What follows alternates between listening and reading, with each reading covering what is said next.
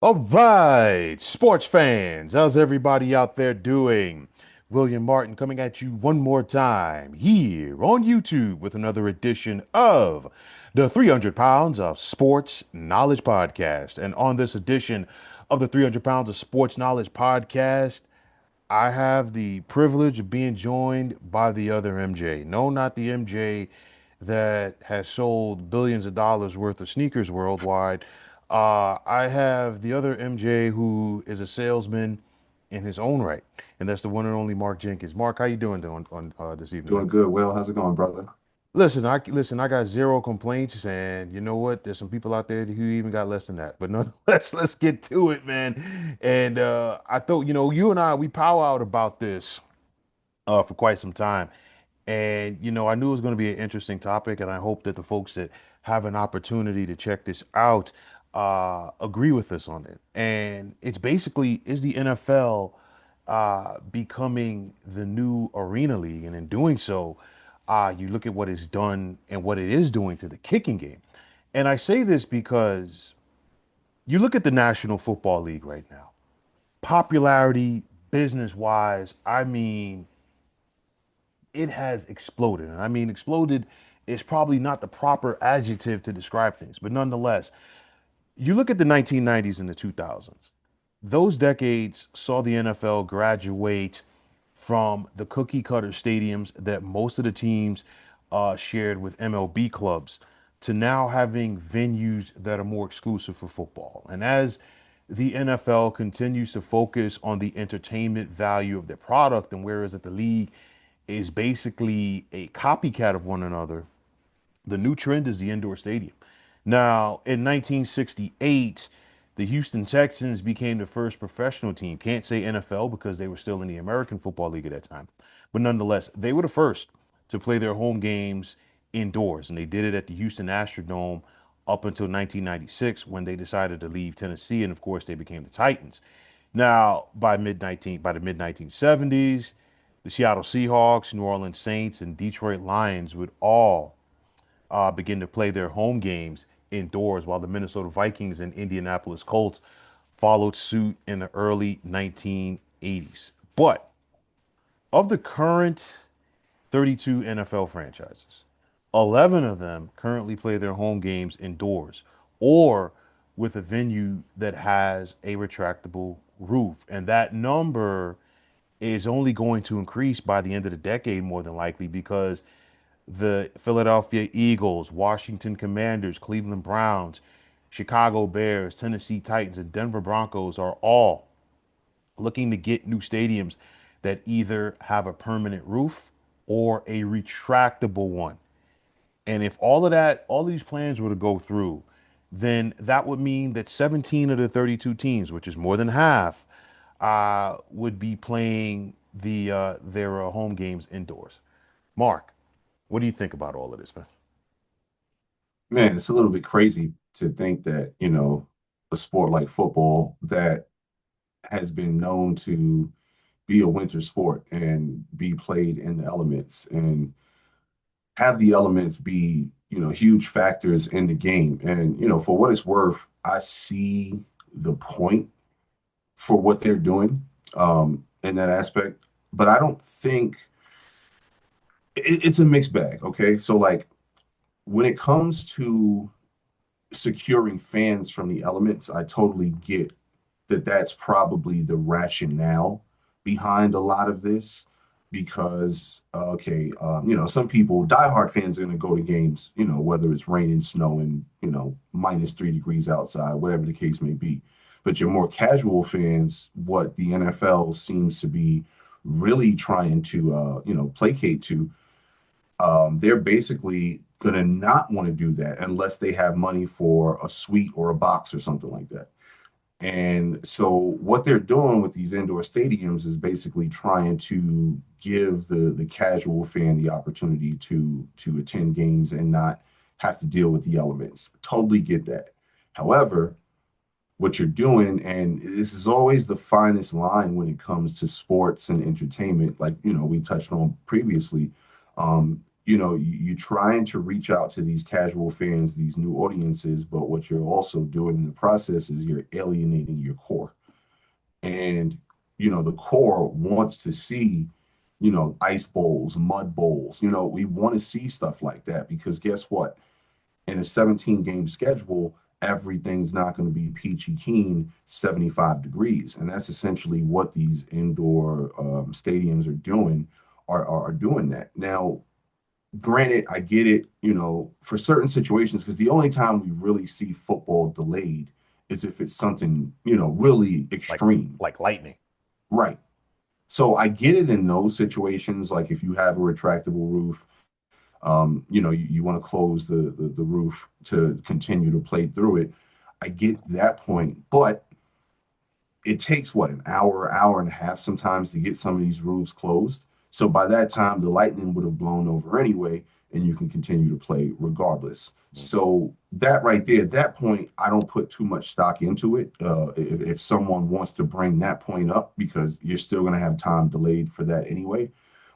Maybe if you do it before the game, if you think there's going to be a chance for like severe lightning, but who's to say that that's going to even be right? And then you're spending a ton of money to do all of that. So, like I said, from the beginning of this, I think it's the casual fan who I really think they're trying to play K2 when it comes to that. Yeah, I mean, you look at it because you're 100% right.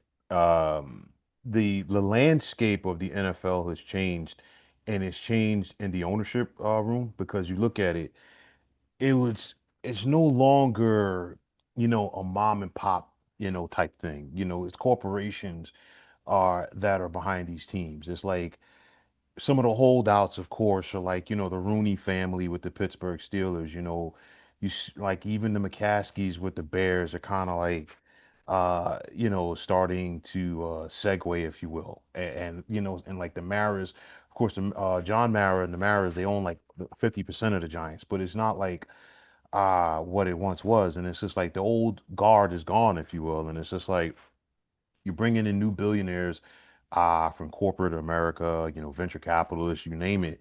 And their idea is, what, we're going to leave no stone unturned in order to get a dollar. And of course, these indoor venues mean you could have more events all season long, like all year long, rather, WrestleMania, the Super Bowl, conference championship games for college football, bowl games, mega concerts in the Final Four. But I look at MetLife Stadium in the tri-state area in East Rutherford, New Jersey. They had a WrestleMania there. Okay, and you figure that's April in the Northeast.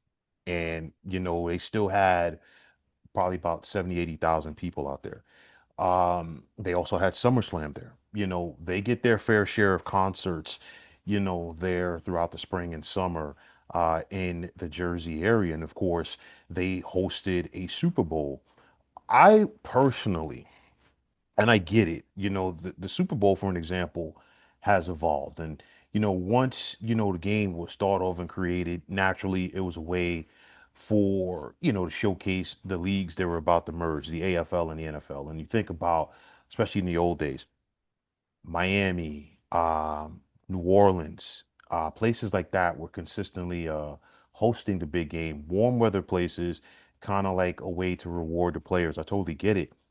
I personally would like to see maybe every 5 or 10 years them have a Super Bowl in a cold weather venue, like a Philadelphia, like a Chicago, like a Boston or New York, someplace like that, to kind of like change it up. That's just my thought process right there. And I feel like, the indoor idea is fine because, clearly you can have events all year round. But I feel like even with an outdoor stadium, even in a cold weather city, you could still go out there and make it work. That's just my 2 cents on on it from that aspect. It's just one of those where I feel like, you know, the indoor stadiums, they've basically become the new cookie cutters of the NFL. And of course, the cookie Mhm. cutters were prevalent, in the 70s and 80s. And I don't know about you. I know we're never going to go back to that era.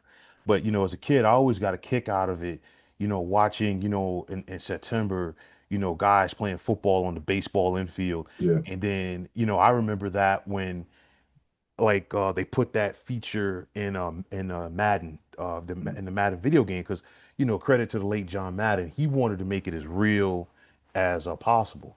Okay, but clearly we're not going back to that, and now the indoor stadium is now the new cookie cutter. But I feel like in doing so, you are no different than the NBA or the NHL because yeah, you could have home court advantage, home ice advantage, but the rink is still the same length. The fans are basically sitting, the same way around the rink. But I feel like when you bring in the outdoors, it changes things. One thing I love about Major League Baseball, no two stadiums in MLB are the same. You can have, I think the right field porch at Yankee Stadium is like what 330 down the line, something like that, if my memory doesn't Not fail. even. Not Okay, even. I think it's like 314 or something like that. okay. Yeah. But then you could have some place where it's like 345 going down the right field line, or then, if you go to Boston, you got to factor in for the Green Monster at Fenway, and how you know if you're at Wrigley, okay, if the flags are blowing out, okay, a pitcher knows I'm in for a long day because the ball's gonna be flying out, things like that. So I feel like, just going with this cookie cutter aspect, if you will, for the indoor stadiums, it kind of takes away from the uniqueness, if you will, because it's like you think about it when you would go to certain stadiums, it's like, okay, if you go to Soldier Field, you got to deal with the wind. If you go to in those days when the Giants played, I know they're still at the Meadowlands, but when they played at Giant Stadium, you really had to factor in the wind, this, that, and the third.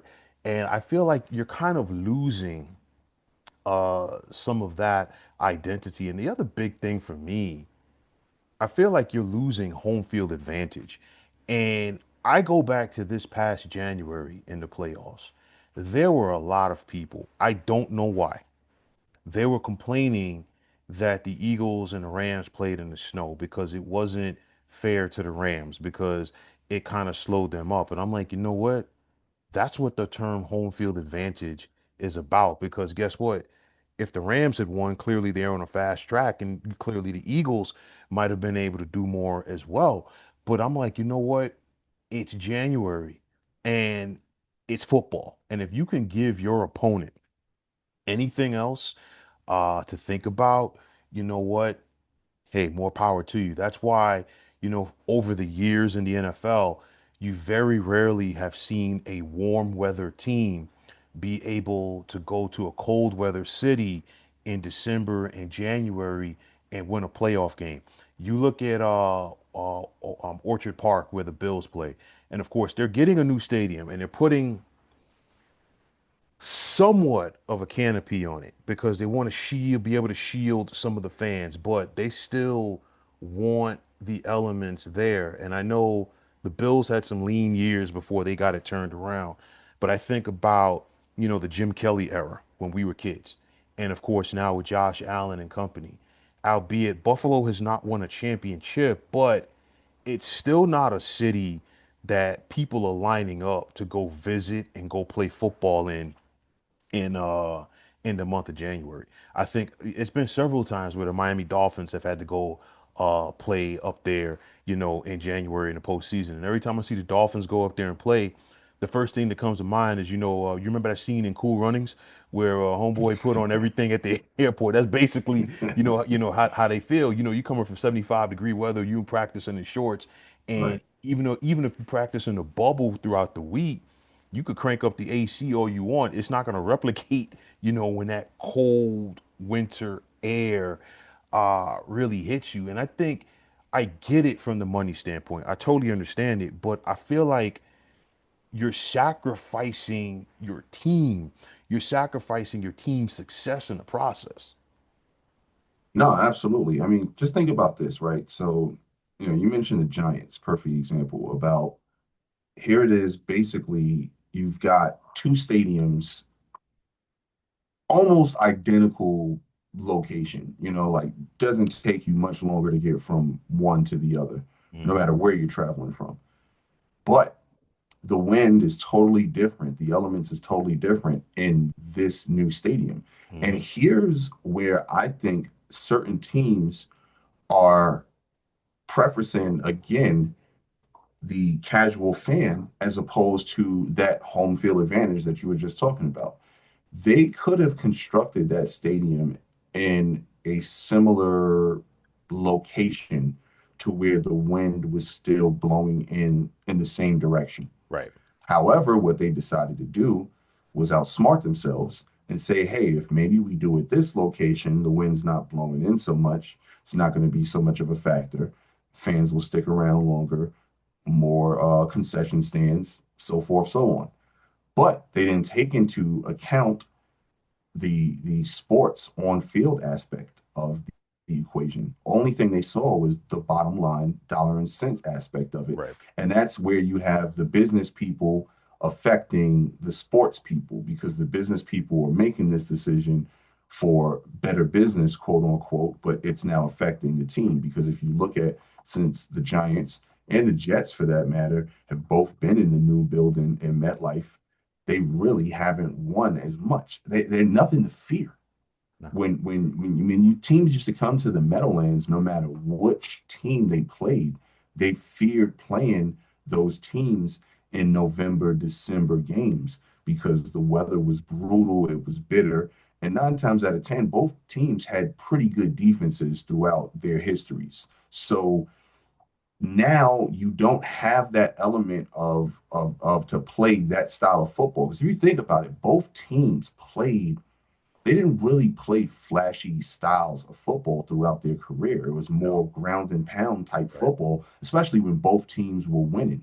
Right. So you shoot yourself in the foot by doing that. And I don't think that these teams are really thinking. Now, MetLife is outdoor, so it's not an indoor stadium, but here's an example of they're putting the business side ahead of the sports side. And you made a point about, the cold weather cities receiving Super Bowls. For the longest time, it was Florida, it was California, it was Arizona, and it was New Orleans. Those were the four cities that Super Bowls finally were always going to. And then finally, they started to increase the rotation. Wasn't until Detroit, because they were the first cold weather team that I can think about Right. that cold weather city that got a Super Bowl. And it wasn't until Ford Field came around that they got that Super Bowl. Mm-mm. It was I gotta cut you right there. They got it Yeah. in for the 81 season. It was at the Silverdome. Okay. Okay. Yeah, the first Super Bowl between San Francisco and Cincinnati, and it was a while before another cold weather city got one because the snow and ice up there in Michigan, of course, in Yeah. January, was a lot. But of course, one team was Cincinnati, so the folks in Southern Ohio and Northern Kentucky were more than happy, and of course, the folks in Northern California, they were just happy to see the Niners have success. But I'll flip it back to you, man. Yeah. No, but so those teams, those cold weather cities, they don't really get a lot of the Super Bowls because of the stuff that goes on around it. Because Hmm. the worst thing you need is a snowstorm to kind of hit Yeah. right during Super Bowl week. Right. Now you're immobilizing pretty much everything that people are going to because it's so crazy nowadays. And it was funny because like I was talking with some buddies, this was last year, and they were like, yeah, Super Bowl is, coming up. Like, I've got a hookup at a hotel. We can get like really good hotel fees. And I'm like, okay, like this might be a move. Like, let's hear what's going on here. So I was like, all right, so who's got like the inside scoop on some tickets? Like, and Hmm. they're like, one of my boys was like, tickets? What do you mean? Like, we're just going down there for the festivities. And I'm like, no, yeah, nah, I'm not going down there with you guys just to party and do all that kind of stuff. So it's crazy Yeah. because certain people are just looking at it from that aspect. So, you get a snowstorm, shut everything down. Now the NFL and their sponsors are losing Millions. Right. millions upon Right. dollars. So that's why we'll probably never really see it, no matter if they're domes or retractable roofs or not, we won't constantly see like a cold weather city kid, and it'll always be, those warmer cities because of all the extracurricular activities that go Right. along with everything. Right. But It's just crazy that, they're really putting the dollar, and I get it because it's business, but they're putting the dollar over the game. And at what point do you realize in the Giants and the Jets, aspect, you're actually hurting your team Yeah. on the field, which ultimately is going to hurt your team with the bottom line because eventually fans are just going to get tired of the BS product that's put out Right. on the field and stop supporting. And I mean, in the case of New York City football right now, I mean, God, it's been a very long time of terrible football, man. Listen, to your point, real quick about the Giants and the Jets, things have gotten so bad there. I saw something this past Sunday night that I've never seen before in my life. I saw almost as many red jerseys supporting the Kansas City Chiefs in the stands at MetLife as I did for the Giants. The reason why I bring this up, it was week 3. It was the Giants home opener. We're not talking about a game in mid to late December and this team is 3 and 11. This was their home opener. Okay, so that just lets you know how the fans there feel. But there was a time, okay, in the NFL where you built your team based around the city that you played in and the elements. And it's like you look at a quarterback like Phil Simms. The folks in the New York, New Jersey area love him. Phil Simms will never have to pay for another meal as long as he's in that area, okay? Because he won a Super Bowl for the Giants. Was Phil Simms the most flashiest quarterback during that time? Absolutely not. You had Marino, Elway, Montana. We can go right down the list. But Phil Simms was a perfect quarterback for the Giants. Why? Because when they brought him in, and they worked him out, they wanted to see his arm strength because they were like, we need a quarterback who has a strong arm that could throw through the wind. Okay, and the wind at Giant Stadium. And it was the same way for Eli Manning when they brought him in as well. You got to have a quarterback with a strong arm because if you have somebody out there who's kind of lollipopping it, you know what? That ball's going to hang up in the wind and it's probably going to get picked off or something like that. The same thing with your kickers. Bill Parcells, when he was the head coach of the Giants and Jets, he hammered the importance of special teams, field position, punting, you name it, because there were times in a game where he would just take the wind because he wanted the wind at his back for the fourth quarter. And it was an interesting trick, that the Giants used to do. The doors at the end of both tunnels at Giant Stadium, could either be opened or closed. Amazingly, in the fourth quarter, when the Giants were driving down the field in that direction, those doors were always closed. If the opponent was was driving in that direction, the doors were mysteriously open.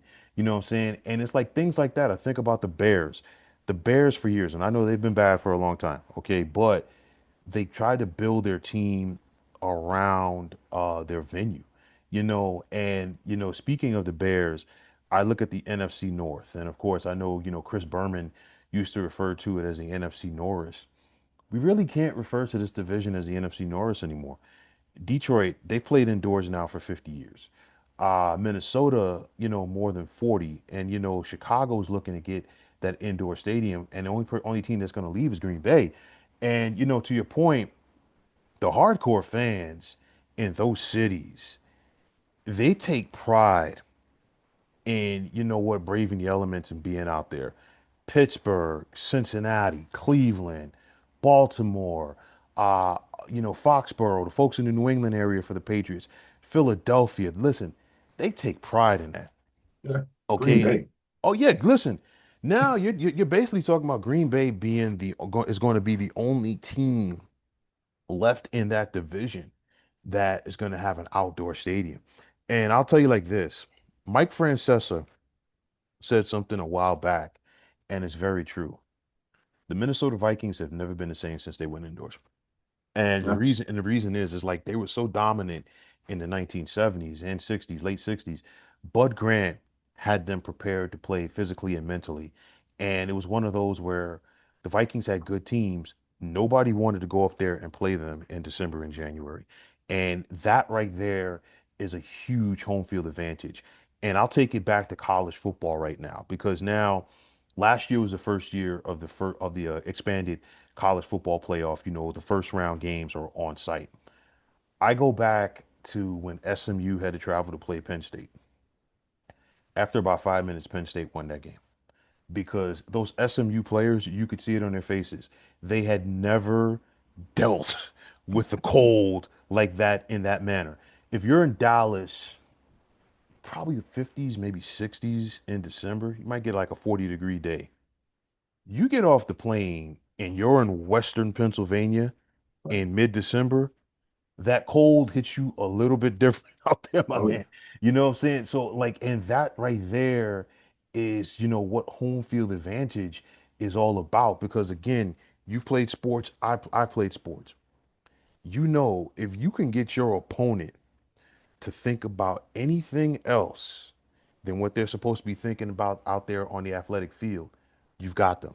And now you like, guys, if it's cold defensively, they don't want to hit. You know what I'm saying? Right. Things like that. So whereas a running back might have had a 4 or 5 yard run, that run is now turning into a 25, 30 yard run. You know what I'm saying? Things like that. And the elements really factor into things. It's football. I love to see football in the mud. We're not going to see that anymore because of the way that the fields have been made. They have the pumps underneath, to suck out the water. I think about one of the last true mud games in the NFL. You got to go back to the 96 divisional playoffs, Packers and the 49ers at Lambeau. And it was Hmm. one of those, it was like a classic straight out of a movie that by the time that the game was done, you didn't know which team was which team because there Right. was dirt on the helmets, dirt all up and down the jerseys, the pants, the cleats, and stuff like that. That's football. And I feel like nowadays, if guys got that dirty, they probably complain. Oh yeah. Like that right there is gonna, have so many, problems with marketing first and foremost because they're not gonna sell jerseys. Right. But I'm glad that you went there because that's actually gonna be like my next point with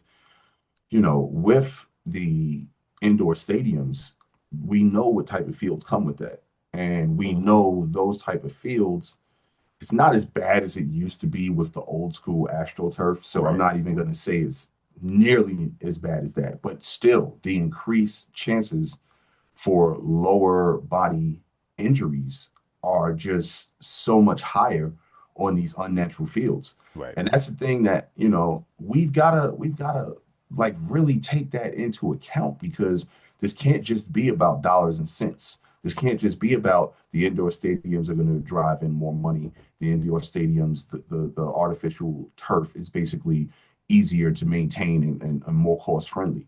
It's got to be about, hey, when these guys are blowing out ACLs and Achilles in week 2 and week 3, that's got to be a problem. That it's got to be something that attention is drawn to because I mean, just look at last week. What was it? 2 or 3 people went down with Achilles or ACL injuries and are gone for the year. And I don't know how many of them are on natural grass and how many of them are on turf, but I guarantee you, two, if not all three of them, were probably on turf. Listen, I'll see what you're saying, and I'll raise you a couple because every single year, a couple of guys are lost in the preseason, for the season, and in some cases, it's like the first or second day in training camp, and now we're seeing guys be done, in OTAs, and OTAs are like what April and May and stuff like that. Right? Yeah, so like the surfaces, definitely factor into it. I could tell you, I don't miss AstroTurf because just thinking about it makes you think about raspberries that I got, in those days. And it wasn't just a football thing, baseball and all that other stuff. Although the switching gears real quick, you know, you had to be on point playing, the field on an AstroTurf because of the hops Oh that yeah. that balls would get and stuff like that. But yeah, no, you look at it and the indoor venues have definitely changed the game because passing numbers are Mhm. going up and then the kicking numbers are through the roof. I mean, you're looking at guys right now that are hitting 60 and 65-yard field goals like they were chip shots, my man. Yeah. Okay. And I think a lot of that factors into it. I mean, let's just look at something right here. Okay. This is stats. 43 kicks so far, okay, this year in 2025 have been made from 50 yards or more. Last year it was 198. So I think they're on pace to eclipse that because we only got 3 weeks of football in our belt, under our belts. Mhm. Going back a decade, that number was 104 for the entire year. Going back 2 decades to 2005, it was only 48 kicks of 50 yards or more Mhm. that were made. And there weren't 100 made field goals of 50 yards or more for the entire decade of the 1990s. Now, some of that definitely has a factor in to the venues that these guys are playing in. Also, the kickers are stronger, the kickers are more athletic, and I really feel that them being the NFL, putting the extra point back to the 15-yard line really changed things. Oh yeah, absolutely. I mean, it's definitely a part of the field because, that's one thing that these indoor stadiums and these artificial fields do is they definitely boost the kicker's ability to plant and drive. Hmm. You're not going to have to worry about the elements and, wind and stuff like that. So it's a huge, huge factor and the kickers being able to kick field goals further and further away with more accuracy the way that they're doing. I was watching, I think it was the Monday night game, and they were talking about, I think it was Joe Buck. He's basically saying, hey, now the talk is when are we going to see the first 70-yard field goal? Because the writing's on the wall for it to happen sooner than later. Yeah. Because to your point, if you really think about it, just look over the past 5 years 60 yarders are almost like nothing. Like before, 2020, we would see a 60 yarder maybe once a year, Yeah. if that. Now we're seeing guys consistently, like Aubrey and Dallas, consistently knock Yeah. down 60 yarders like it's nothing. The guy in Detroit, another guy who's got a cannon for a leg, like these dudes, Bates, I think his name is, they're just drilling field goals from deep. And the other part that I think that a huge thing with this is now, NFL scouts are just becoming more and more clever with ways to find athletes. Back in the days, kicker was a kicker was a kicker. Like this was the dude that he kicked forever. He kicked since the Pee-wees. He kicked in high school. He kicked in college. Hmm.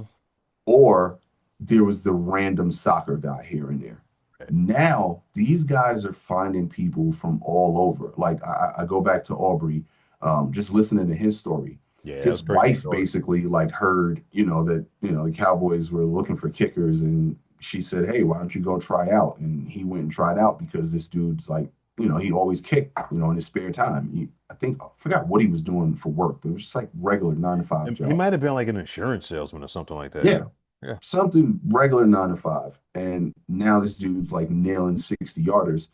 And it's just they're really getting clever to finding ways to find talent. And that's just hats off to like talent scouts all across the board Right. because you look at WWE, how they're finding, people in football and basketball and other sports now, bringing them into wrestling, just different things like that. The scouts are getting really creative with finding, talent that nobody else is finding. Right. And that's the thing, man. If you can find somebody that nobody else heard about. And now all of a sudden, this guy is going to give your team an opportunity. One, you're going to sign him for cheap, and Hmm. you're going to probably have him, for a couple of years on a really good cheap deal. And two, it's basically a secret weapon. Yeah. Because if you really think about it, man, and going back to this dude Aubrey again, he's probably the only thing good to talk about on the entire Dallas Cowboys roster.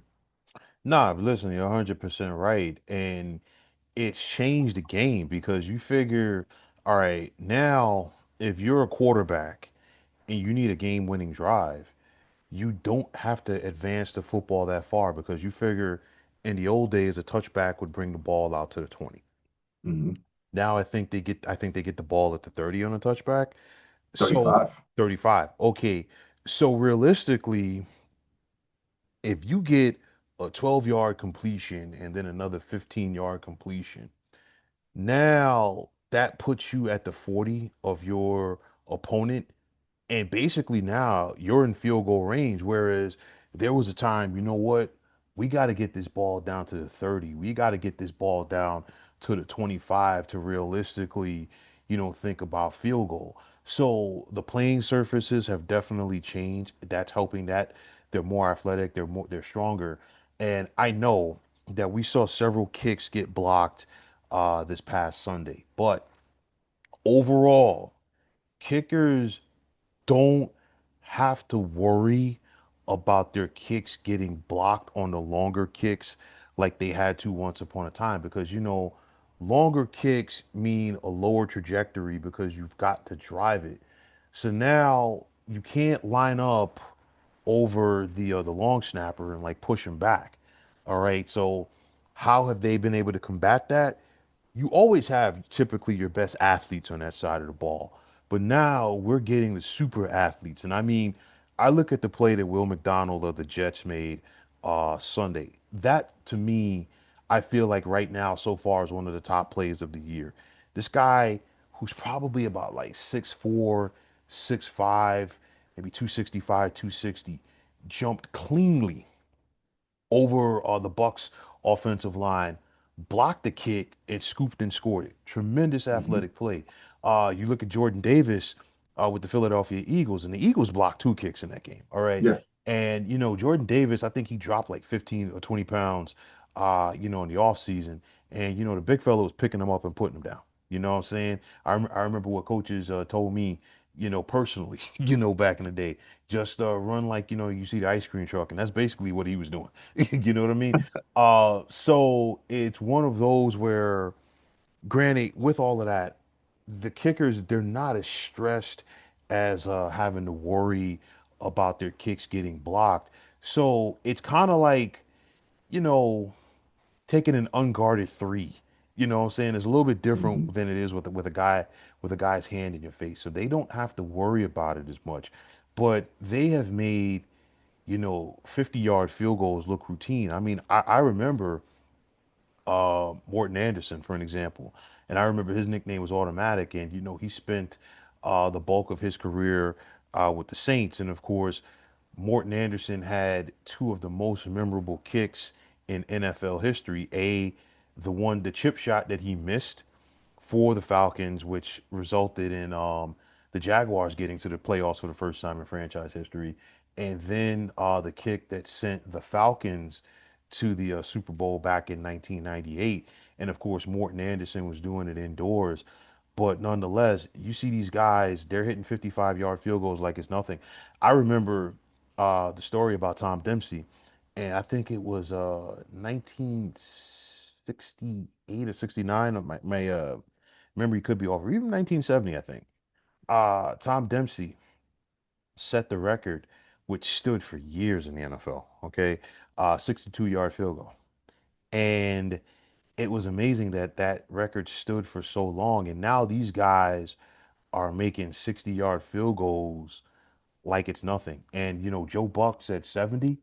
I'll take it a step further. I think it's a matter of time before we see a 75-yard field goal. It would not surprise me that probably within the next 10 years or so, it's going to be a scenario where you're down by two, you get the ball, you take a knee in the end zone, about 10 seconds. So you're going to get the ball at the 35, try to get one, maybe you get a first down, and nonetheless, somebody's going to try to go out there and attempt a 75 yarder in a game. You Oh know what yeah. I'm saying? It's only a matter of time before it happens, and it's like what we're seeing it's kind of like, when you get those Madden cards in the game after you unlock certain things, and it's just like, giving the kicker the extra strong leg so you could, hit the field goal from wherever you want on the field. That's basically what it's getting to.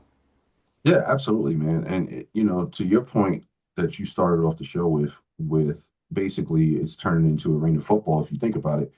Arena football, high scoring, catered to the offense. And that's what the NFL is they're trying to do with these indoor stadiums and this type of fields that they play on. They're trying to cater to the passing game, being able to be wide open, to where the elements are not, coming into play. No wet, heavy football when it's raining too much. No slippery, hard, cold football when it's snowing. Yeah. They're trying to make sure that the offense can score as many points as possible. And then guess what? If the offense can't score on a touchdown, we're going to make sure that the kicker can bomb it from 55, 60 plus. And it's no problem. We're going to make sure that everything is set up to keep putting points on the board.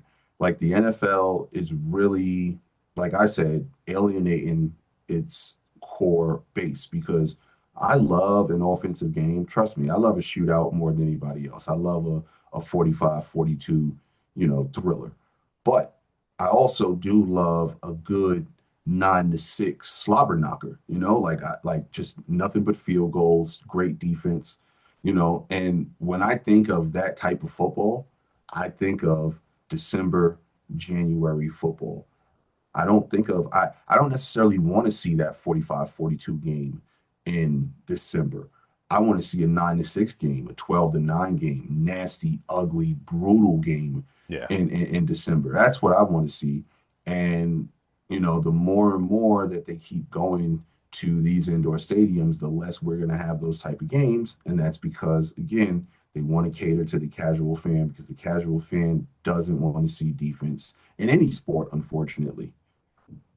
Yeah, no, listen, you're 100% right. And especially, when how many guys, for whatever sport now, they have multiple fantasy teams and, nobody wants to sit up there unless you have the kicker in the game or Right. unless you started one of the team's defenses, on your fantasy team. It's one of those where like you really don't want to deal with all of that, man. But yeah, like I mean, a purist really doesn't care. I'm like, listen, for me, I feel like, football is football is football. And I think what's going to happen sooner rather than later, they're going to find a way to tinker with the rules again. And every time that they do tinker with the rules, it's always, uh, to help out the offense. Whenever they change the rules, it's never there to help the defense. And every time that they do that, it's because the defenses have caught up. And I think we're seeing that now, where defenses have really caught up to things. They've really put clamps on on teams, especially in the red zone.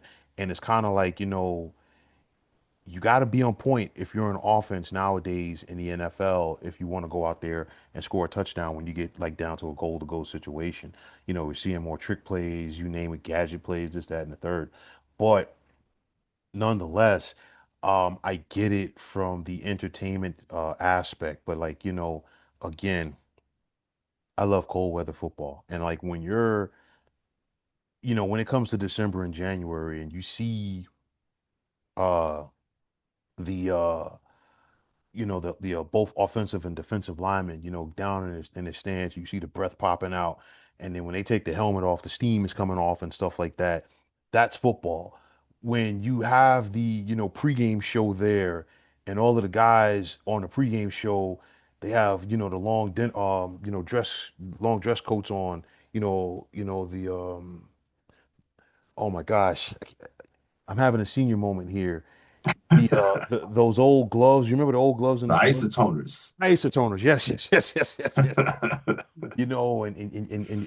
And you got the hat on and stuff like that with the scarf.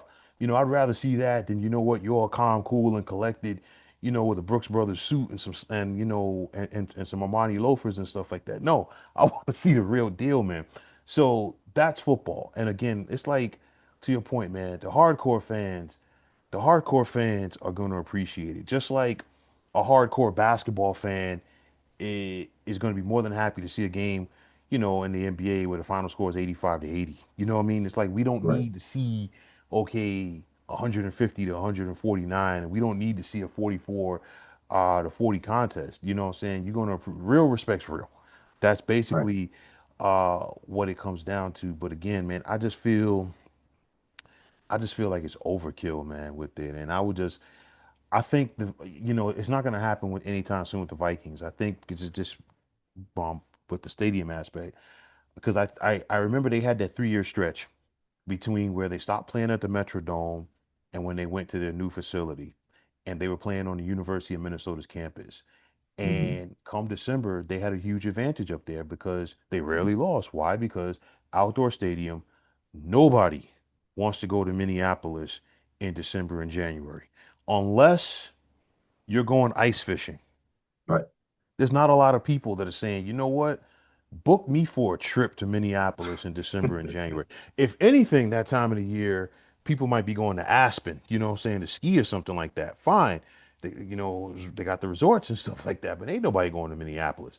And it's things like that, that I feel like, these teams aren't really thinking about because you help out your opponent so much. I know I mentioned this to you one time before, and I'll say it again. I go back to 2008. And this is when like the NFL started doing the whole, having the international games overseas and stuff like that. So the late Ralph Wilson went to the NFL, and the NFL okayed it. His Bills played two regular season games a year up in Toronto for a couple of years at the Sky Dome, now Rogers Center. And it was a game late in the year where they played the Dolphins, and the Dolphins actually made the playoffs that year. And everybody said, you know what? If you're the Bills, because Miami won that game, you did yourself a huge disservice because here you are, you have a December home game that you, instead of having at Rich Stadium, you've now put indoors. Advantage Miami. And of course, Miami went on and won that game. And it's like you're taken away from it because now there's a difference when you go to a cold weather city and that team bus shows up at the stadium and you get off the team bus in a suit and you're out in the cold, but you only got to be in the cold for 5 minutes until you get inside, and because you're playing in an indoor stadium, it's a difference between that. Then it's like, you know what, man, I just left 65-degree weather, and I'm out here trying to warm up in this to get ready for a football game. It makes you think twice, man. And that's what I think, man. It's like sometimes, if it ain't broke, don't fix it. And I think it's chasing the dollar. I totally get it, but you are still doing a huge disservice to your football team, and you're helping out your opponent, man. Yeah, absolutely. I mean, you made the point about, the Giants with Phil Simms, with drafting him and looking at the type of player he was to figure out if he was going to work in the climate that they play in. Hmm. That's how teams used to actually build their team is based on the type of weather and the type of climate that they were Yeah. in. And, especially coming down the stretch. September games, you're going to get nice weather pretty much any part of the country. So it doesn't Hmm. matter. October, that's when things start to change up a little bit. November is when you really separate the boys from the men, so to speak. And then December is when you're really in the thick of it all. So, teams used to construct their teams, what they put out there, the product on the field year after year, their culture, their identity was based around what type of elements they played in. Your NFC East teams, for the most part, gritty football teams that had really good defenses, relied heavy on the run game, and had, if they were good at the time, strong arm quarterbacks that could whip it through that late December, early January nasty wind.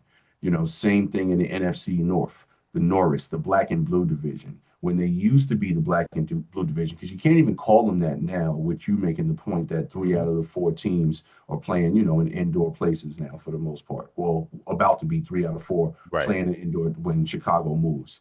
So that right there, you can't call them the black and blue anymore for that aspect, because no more are these teams now built around defense, nasty, running the game 30, 40 times a game. And Right. it's sad to see that these indoor stadiums are now stripping these teams of the culture of what they've been for, in some instances, almost a century years old. In the Bears case, 100 years old. Yeah. So it's really sad to see that that's going to continue because of that. Because now you're going to go away essentially from football being football to now, instead of having teams like the 85 Bears or the 2000 Ravens, you're going to have teams now where everyone's basically the 99 Rams and trying to emulate the greatest show on turf. Right. And it's okay when we've got variety. that's the beauty about sports. Like no Absolutely. two teams are going to feel the same product, and you're going to see clashes of styles. And that's what makes matchups in Yep. any sport. It doesn't matter if it's a team sport like baseball or football, or if it's an individual sport like boxing. Styles make the matches. And if you're Absolutely. just running out nothing but, cookie cutter team, because now these cookie cutter stadiums are essentially going to make and create cookie cutter teams. Yep. And we're going to see the same thing. And eventually it's just going to be overkill of the same thing. It's going to get boring to a certain extent. Yeah, listen, I look at Denver and I know that they have new ownership with the Waltons. You better be careful what you ask for because I feel like Denver, granted they had some lean years after Peyton Manning, but nonetheless, you got to be careful what you ask for. The Broncos, I've always felt have one of the best home field advantages in the NFL because of that thin Rocky Mountain air. Okay. Mhm. And it's to the point I know, like, the late Marty Schottenheimer, when he was the head coach of the Chiefs, of course, the Chiefs and Broncos in those days had some legendary meetings. All right. It got to the point that he even tried to fly his team out a day earlier just to try to get them, accustomed, to the thinner air out there. The ball traveled further, for on kicks, in Denver in comparison to other cities. As a matter of fact, the first guy to tie Tom Dempsey's record was Jason Elam, I think back in 98 for the Broncos. Okay. So, now you're going indoors, you're taken away from that. And again, Denver is one of those cities and that Colorado in general, they're crazy about their Broncos, man. Okay, and it's one of those where that's a fan base. They take pride in being out there in the cold, and it's like again, you're kind of hurting things because Denver is one of those places over the years. I don't remember too many teams. It's happened, yes, but I don't remember too many teams going out there and being successful against the Broncos in the postseason. So again, guys are looking at the dollars and cents of it, but you know what? Come, January and things like that, you want to try to make it as difficult as possible for your opponent. Let's just say, for an example, now you've got Denver taking on the Chargers in a playoff game, or you've got Denver taking on the Chargers week 18 in a winner take all, game Mhm. for the division or something like that. If you're Denver, you have an indoor stadium, guess what? You just helped out Justin Herbert. Yep. Whereas, you know what? Let's make Justin Herbert go out here and play in 25 degrees where it's like a wind chill of -7 or something like that. Justin Herbert's not going to be Justin Herbert. You know what I'm saying? And I'm just using that as an example. There's a lot of other different scenarios to it. I look at the Eagles and granted the Eagles, they are the defending champs, but I feel like that was like one of the best free agent signings ever when Saquon Barkley fell into their lap. Because when you think about cold weather football, December, January, what do you want to do? You want to be able to run. Mhm. Okay, and you know what? A guy like Saquon Barkley, who's in his prime, you just give him the football and you get out of his way. That's why I think it was so successful with Derrick Henry with so many years for the Titans and now the Ravens. I know people might be looking at the fumbles that he's had, unfortunately, this season, but still, December and January, and Derrick Henry is a freak of nature first and foremost. There's not a lot of people that want to line up and hit him, especially when it's No, cold outside. he's bigger than So most linebackers these right, days. right. So it's like things like that, factor in. I think back, to a guy like Ray Lewis. Ray Lewis was a vicious hitter. Okay. When you get hit in the cold by a guy like that, you think a little bit different about your priorities in life. Whether if you were going over the middle 20 years ago against Brian Urlacher and Brian Urlacher hit you and stuff like that. And when I think about Brian Urlacher, and this is not a slight to him for what he did on the football field, one moment I think about him, there was this game 20 years ago, late in the season, Bears and Steelers at Heinz Field. It was like a snowy, rainy mix. It was like a muddy field. It was dirty and stuff like that. And Jerome Bettis was able to plow through Brian Urlacher. And you think about that because that was an iconic moment in the snow with two of the all-time greats, Jerome Bettis, a Hall of Famer, Brian Urlacher, a Hall of Famer. That's football. You think about, NFL films, which was a big part in, the National Football League getting to the level that it's at right now. And you think about some of those iconic shots of the 60s and 70s and 80s. They were all in the elements, the rain, the snow. I think about, I think it was like 94, 95. There was that iconic game with Marcus Allen when he was on the Chiefs and they were playing the Broncos and it was snowing in Mile High. And he did, basically the Walter Payton leap from like the 3 yard line, over the pile into the end zone. That's football right there, man. Mm. That's what it's all about. And again, the real hardcore fans, they take pride in it. I mean, you look at like places like Cincinnati and Philadelphia and Buffalo. When it snows up there, the team will like pay guys in the area 10 or 15 bucks. You know what? Come out here and, shovel out the seats or whatever like that. Some of those guys would do it for free, man. Right. You know what I'm saying? Like I know there was a story about the 97 Broncos and they had a game late in the season, a 1 o'clock game at Buffalo. And the snow was insane in Denver that they didn't know if they were going to get out. And I think it was Shannon Sharp who told a story where somebody on his that lived in his neighborhood had a four-wheel drive and basically dug him out, Mm. like dug out his driveway for him. You know what I'm saying? So this way he could get, to the plane on time.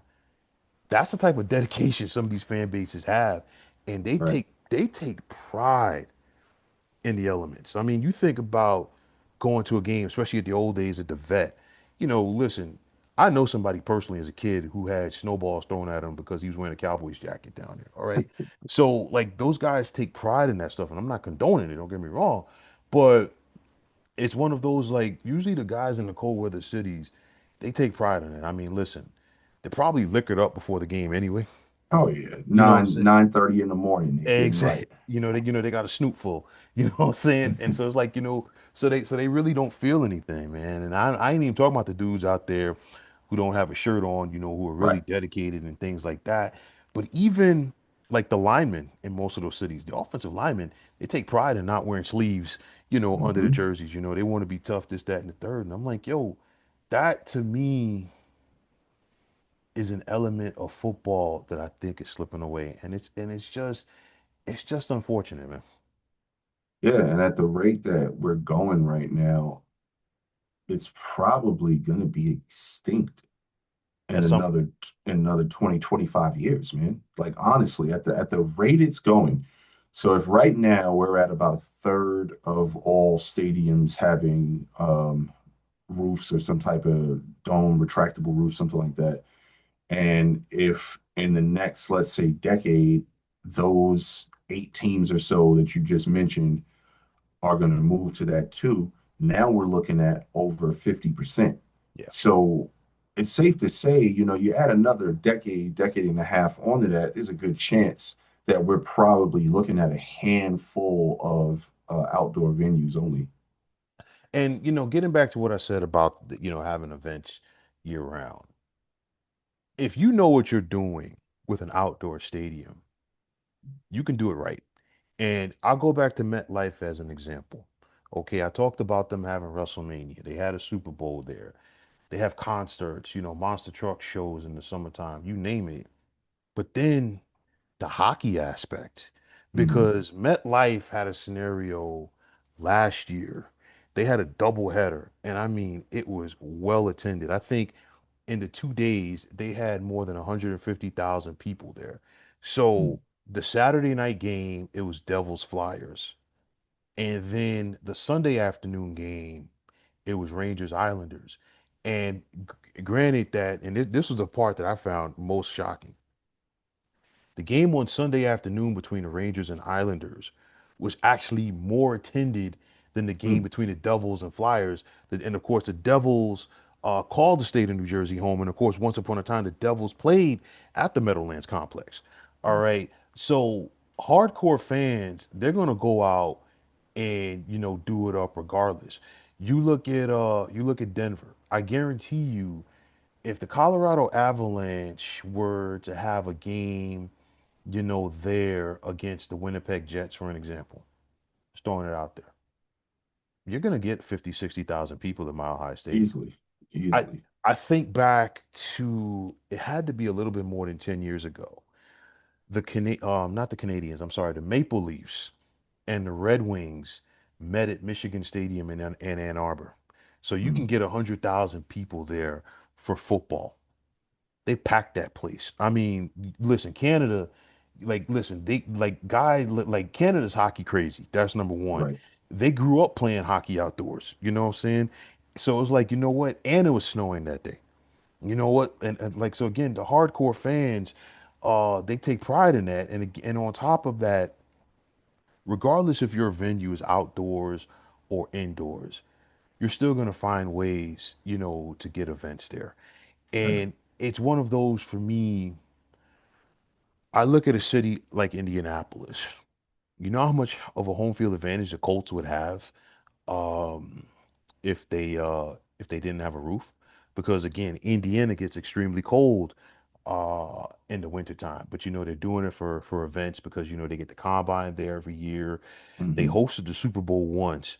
No disrespect to the city of Indianapolis, but I'm like, it's not exactly like the tourist capital of the world. I know they get the Indy 500 They there. actually get a big, it's not sports related, but their biggest like import, so to speak, is they do like a huge conference for different types of like businesses and Okay. workers. I actually heard Pat McAfee talking about it because somebody was like giving him a hard time about like why would anybody want to come there, and he was saying like it's like the biggest convention of business people like that are there every year. Okay. Don't know what, but like I said, that's what they're known for. Other than, Right. then it's not a destination place at all. No, but it's like, I mean, I would listen, I wouldn't put a roof up there. You know what I'm saying? That's me Yeah. personally. I know they get the Big Ten championship game there every year, there's that and the third. But like, Glendale where the Cardinals play. Hmm. For me, okay, if you want to have a roof, I have no problem with that because, it's Arizona. Okay, in Arizona, there's hot and then there's Arizona hot. And Right. I've been to Arizona before, and I mean it cooks out there. Nobody Um, wants to play a 108 no, degree week one game. but see, to my point, what I would do, because I know that they have the retractable roof out there at the University. Are they still calling it University of Phoenix Stadium? I don't know what it's called Who now. knows? Exactly. As Chris Berman would call it, I think the big toaster. You know. Yeah. But nonetheless, it's one of those where I would open up the roof. Honestly, for a 4 o'clock game, I know like some of the fans might be in the heat a little bit, but I'm like, you know what? I would open up the roof. I'd have my team wear all white, and you know what? I would strengthen my team around that. Don Shula, when he coached the Dolphins, Don Shula was infamous for that because Don Shula, he worked his team in that heat, and they were better conditioned and better prepared, excuse me, to deal with the Florida Heat than their opponents did. And again, that goes back to the whole home field advantage outlook. And I think at the end of the day, some of these teams, they're just out thinking themselves with it. That's the best way for me to sum it up. Yeah, they're basically taking the home field advantage aspect away from themselves by Hmm. looking at the aspect of being able to drive more revenue. And that right there, you have to really walk the thin line between how much is too much revenue or enough revenue, Hmm. and are you willing to maybe sacrifice some of that to keep the integrity of your home field advantage? Because we're really getting to the point where there's really not going to be that much of a home field advantage unless your crowd is just extremely loud and you don't sell a ton of tickets to the visiting team. Like that's going to be the only thing in the NFL pretty soon as home court advantage if it gets to that point. Yeah, because I mean, the late Paul Allen, who owned the Seahawks, granted, the Seahawks, they played in the Kingdome for years. The Kingdome could get noisy, but in those days, at least, the Seahawks didn't give their fans a lot to be, boisterous about.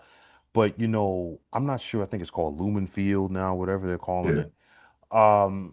It's one of those, it was constructed the way it is on purpose because Paul Allen he wanted the fans on top of the game. Then on top of that, he wanted the stadium constructed in a way where it kept as much sound in the venue as possible. And you look at Seattle, typically every single year they lead or they're close to the top in the NFL as far as false starts by opponents. And that's because of the way that the stadium was constructed and the way that the crowds can make noise and stuff like that. And Pacific Northwest, you think about it, the elements up there ain't great.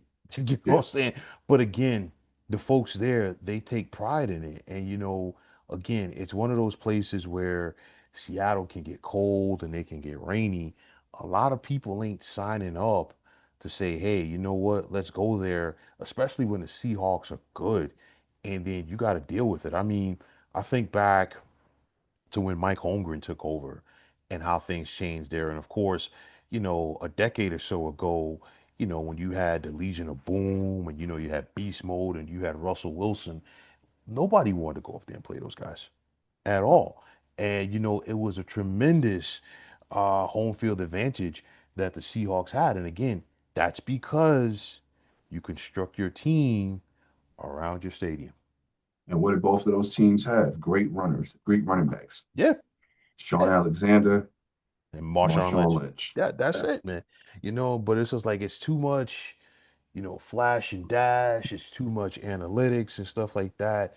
And like I constantly say, analytics they have their place, but it's when you lean on it like a crutch, it takes away from your effectiveness because you're not thinking. You're allowing somebody else to do the thinking for you and take away that common sense. And I mean, honestly, it's not that much common sense, anymore in the NFL because it's just like, the common sense is just how much money can we make because you don't have, like I said before, you don't have the mom and pop outfits running things for the most part.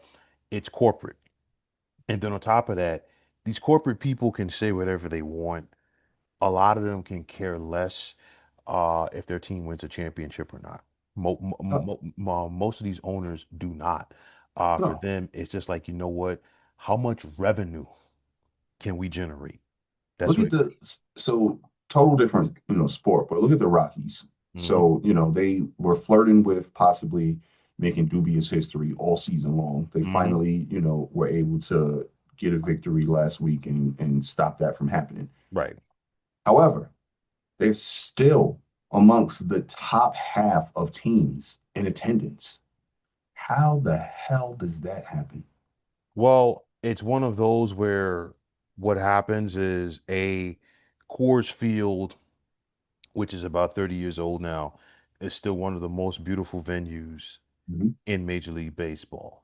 Okay, you have the Rocky Mountains in the background, and even it still gets cold up in the mountains, in the summertime, but still very beautiful place to see. And typically, being that the Rockies are so bad right now, if you're a fan from like a team that's doing good in a big market like the Cubs or the Yankees or whatever like that, you're gonna say, you know what? Tickets are probably cheaper. They're not as competitive. It's easier to get tickets, to go see a game and stuff like that. Listen, I've done it personally in the past, okay? My wife and I, we've gone around to different baseball venues to watch teams, play and it's just like, to your point with the Rockies, they're going to make money and of course, if you're coming from out of city or out of state, so to speak, you're even though you're a fan of the other team, you're still gonna buy merchandise, maybe some souvenirs for yourself, maybe some souvenirs from friends and family back home. But at the end of the day, where's that money going? Yeah, And in the case of the Rockies, it's going into the to Monfort's pocket. Manfred. Yep. Yeah, you know what I'm saying? For, the concessions, souvenirs, the tickets, all of that stuff. And that's what like, and like, getting back to football, it's the same thing. It's like I talk about Jerry Jones all the time. Hmm. And I say Jerry Jones will never win another Super Bowl. Why? Because Jerry doesn't care about winning another Super Bowl. Hmm. All Jerry cares about is every single year that the Dallas Cowboys are one of, if not the most valuable sports franchise in North America, if not the world. Okay, why? Hmm. Because regardless if the Cowboys go 6-11 or 11-6, you know what's going to happen? Every single Sunday, 80,000 people are going to be in attendance at AT&T Stadium, whether they're wearing Eagles jerseys, whether they're wearing Cowboys jerseys, whether they're wearing Giants jerseys. It doesn't matter. The money goes into Jerry's pockets, and that's all that matters to him. And that's the issue with a lot of team owners. Give me a guy like a George Steinbrenner any day of the week. That guy, wanted to win and he wanted to win every single day. And, we're not seeing that in the NFL as much anymore. There's only a handful, and I know George Steinbrenner was with the Yankees in baseball, but nonetheless, same mindset. But nonetheless, give me, guys who want to win. Give me guys who breed that culture of success. And you really don't have a lot of guys out there like that, or females that own these teams. And you know what? The results show year in and year out. Because how many teams every single year can you look at and say, you know what? They got a legit chance to go out there and win a Super Bowl. Jerry actually made a comment in that Netflix documentary Hmm. where he basically said, and this was him saying it like in retrospect. So this was him talking now, talking about what he intended to do when he first purchased the Cowboys. And it wasn't necessarily like you hear, a lot of owners talking about, well, our goal is to win a Super Bowl, or our goal is to, change the culture of the organization, stuff like that. This dude's thing is the first thing that he wanted to do was to make sure that the Cowboys were the most talked about team in all of sports. And that was his goal. If you think about it, the way to become the most valuable franchise is to essentially be the most talked about franchise. And it doesn't matter whether you're being talked about for good or bad, you're constantly on the tip of everyone's tongue, which means guess what? You're constantly going to have merchandise being sold. You're constantly going to have tickets being sold. You're constantly going to be talked about. And that's all he cared about. Never once did he mention championships. And guess what? Those championships were a byproduct of Jimmy Johnson wanting to win championships, nothing more. That's why they were the perfect dynamic for the Cowboys to not only be a on-field juggernaut, but also an off-the-field juggernaut because Jerry was doing everything that he was doing to drive the off-the-field stuff.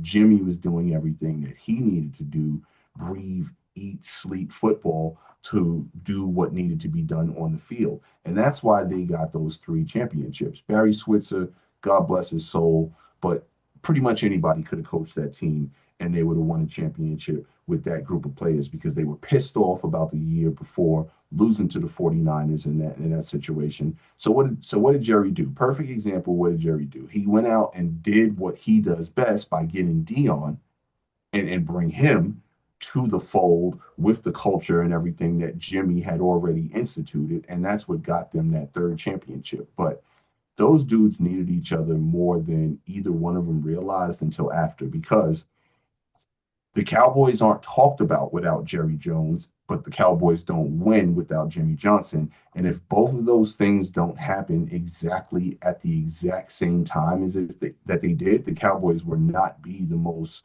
valuable franchise currently right now. They wouldn't have overpassed the Yankees years ago like they did. So that's Jerry's off the field stuff. And that's the problem. His ego's kind of too big to actually hire another football guy again because he's got to do it his way. And he rather lose doing it his way than win doing it someone else's way because at the end of the day, he still got what he wanted, and that's the Cowboys being the most talked about team. Yeah, nah, listen, you're 100% right. And the only way that things would change for the Dallas Cowboys would be if instead of seeing 80,000 people in attendance, every Sunday at Jerry World, it turns up to 45,000 because people are ticked off. But the problem with that is if Cowboy fans are saying, you know what, they're not going to the game, there's a Packer fan that's going to be more than happy to be like, you know what, I'll give you $200 for your tickets, or I'll give you face value for your tickets because I want to be there. And again, it goes back to exactly what we said. Jerry still wins because those Packer fans, guess what? They bought a ticket. They want to get something to eat. You know what I'm saying? They're gonna buy concessions and stuff like that. So yeah, and again, the biggest seller is probably at an NFL venue, jerseys and beer. Yeah. So I mean, you know what? Between those two aspects, you're gonna make money hand over fist, man. And Yeah. and, If a and, and person goes to a game and gets one jersey and two beers, they're out of pocket almost $300. yeah, and I mean, listen, most guys, they have two beers before they even walk in the door. Okay, but before they get to their seat. Okay, most guys are like go to a game, they're probably going to consume about 4 or 5 beers. Yeah. So it's one of those where again, Jerry wins, the owners win, and Yeah. that's what And that's what it's all about, the money, man. yeah, that's all they care about, man. And that's the saddest thing is like you still got a handful of owners that care about winning in the team first. Like really, really sad, different sport. But when Mark Cuban sold The the Mavericks. Mavericks, like that sucked, dude, because Mark Cuban was cut from the cloth of those old school owners that Right. would do anything to win, like would take a loss here or there to make sure you're constantly putting a good product out there on the court.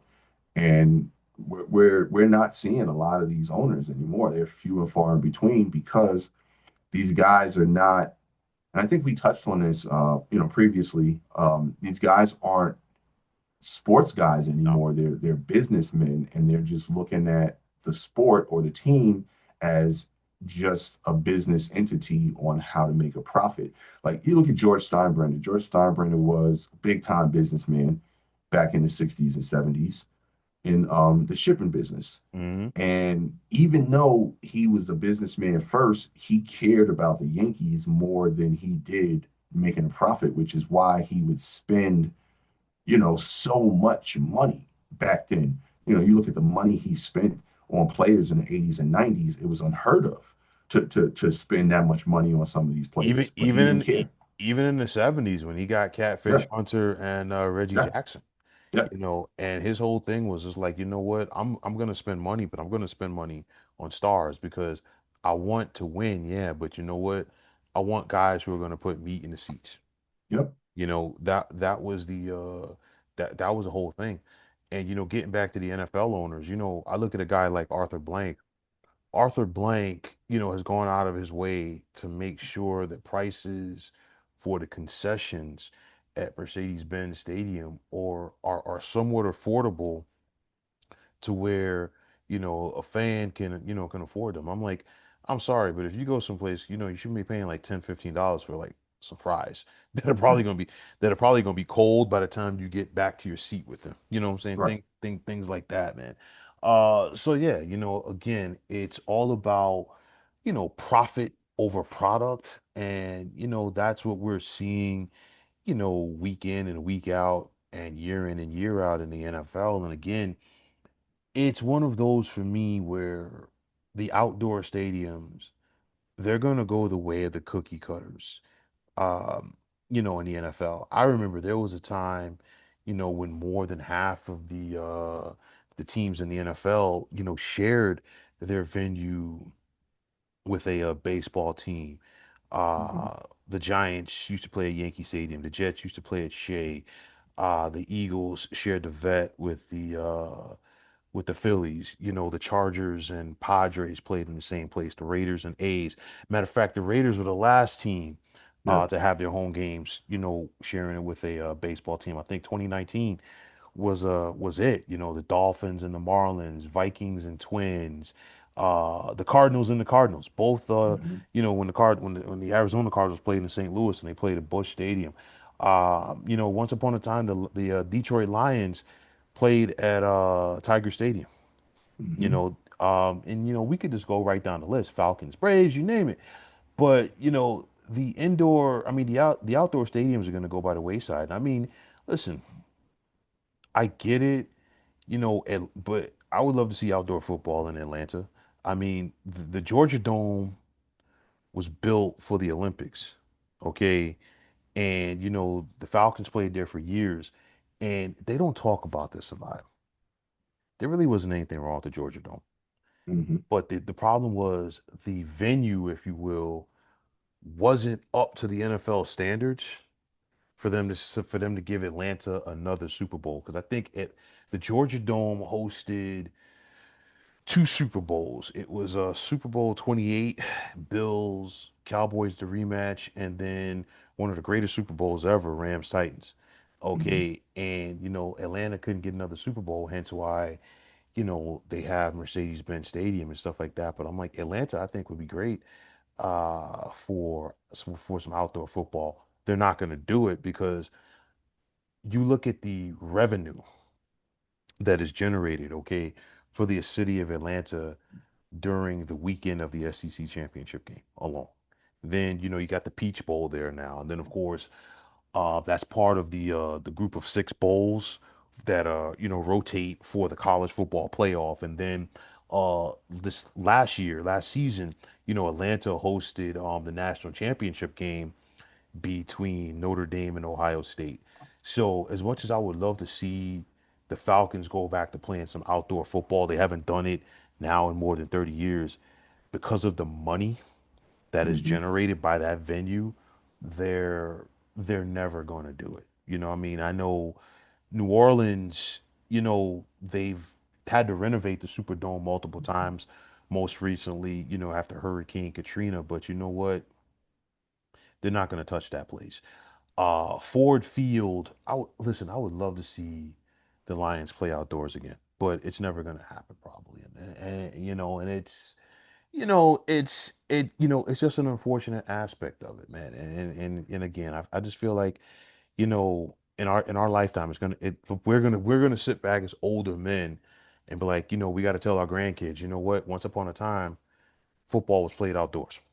Yeah, that's exactly what's going to happen. And then one last thing that I didn't even think about and just kind of all clicked to me too, the amenities, the indoor stadium amenities. NFL teams have looked at basketball and hockey teams for years with envy because they've been able to create all of these different amenities on the inside of these stadiums. Yeah. Like we're talking far beyond just, concessions to get some food or some swag.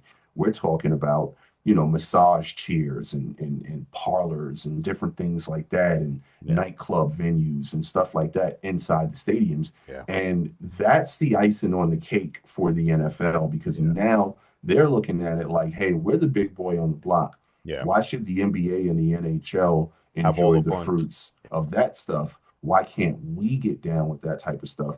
And that's going to be the final death blow to where it's, like I said, for the casual fan and also for the diehard fan too, because let's think about a young father. He's got two kids. Let's call him 32, two kids and a wife, Hmm. and he wants to go see an NFL game, but she's on his back because it's family time. It's Sunday. It's not supposed to be that. Hey, guess what? Now me and a couple of buddies can organize. Hey, you bring your family to the park. You bring your family to the park. We're going to be in the seats, chilling, watching the game, doing what we do, football style, and they're going to be out looking at this fan wall or this museum or Hmm. this family entertainment area. That's the next level where the NFL is trying to, I think, transition from just the diehard fan to now making it a full family experience. I think our last hope for outdoor football is going to be Green Bay Yeah, because absolutely. That'll be the if last team to convert, if if ever.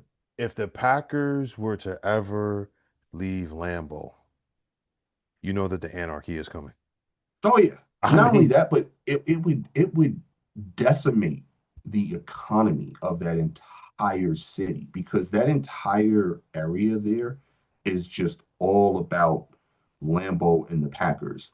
And if they were to pick up and move 30 miles somewhere else or 50 miles somewhere else in an indoor stadium, they would crush the economy of that entire area.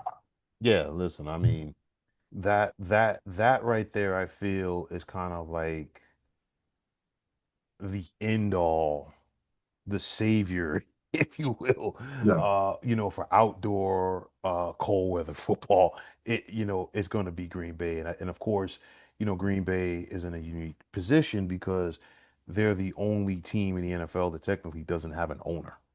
right. And that's why that'll never happen because the fans, the owners essentially will never Right, let that happen. right.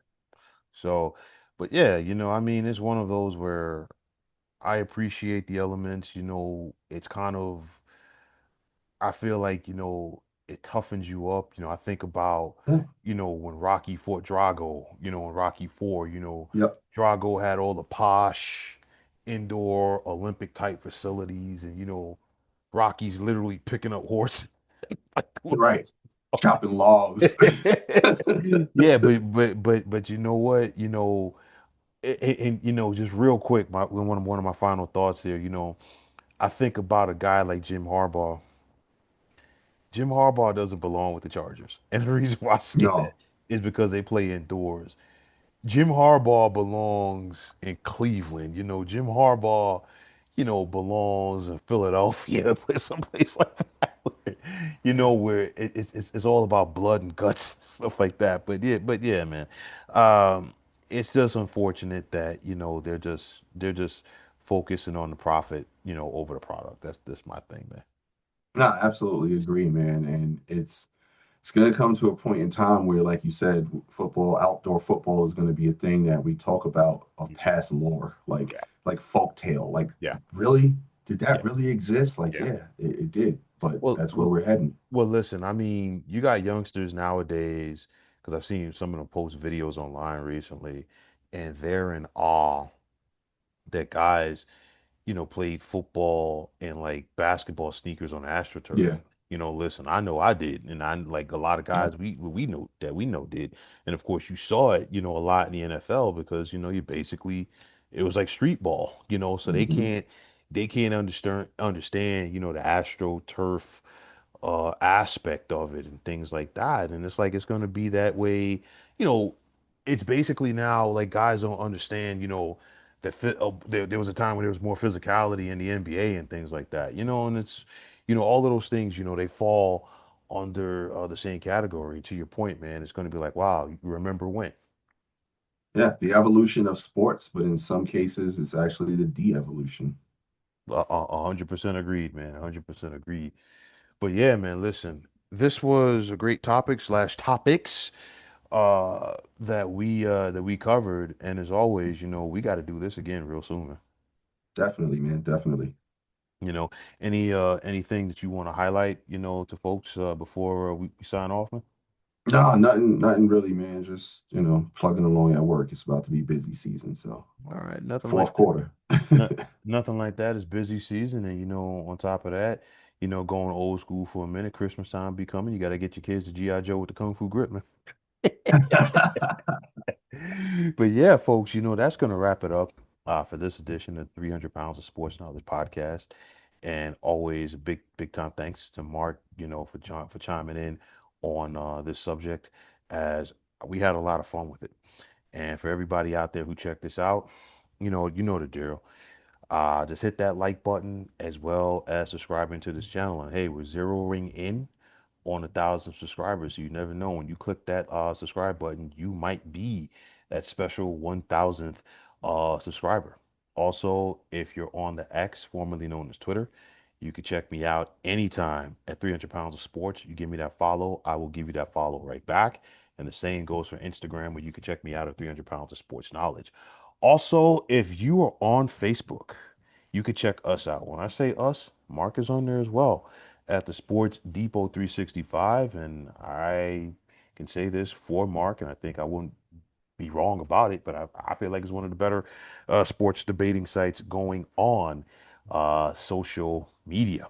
But Until next time, fine folks, my name is William Martin, and for Mark Jenkins, I'm signing off, saying thanks once again for checking out the 300 Pounds of Sports Knowledge podcast here on YouTube. Be well, everybody.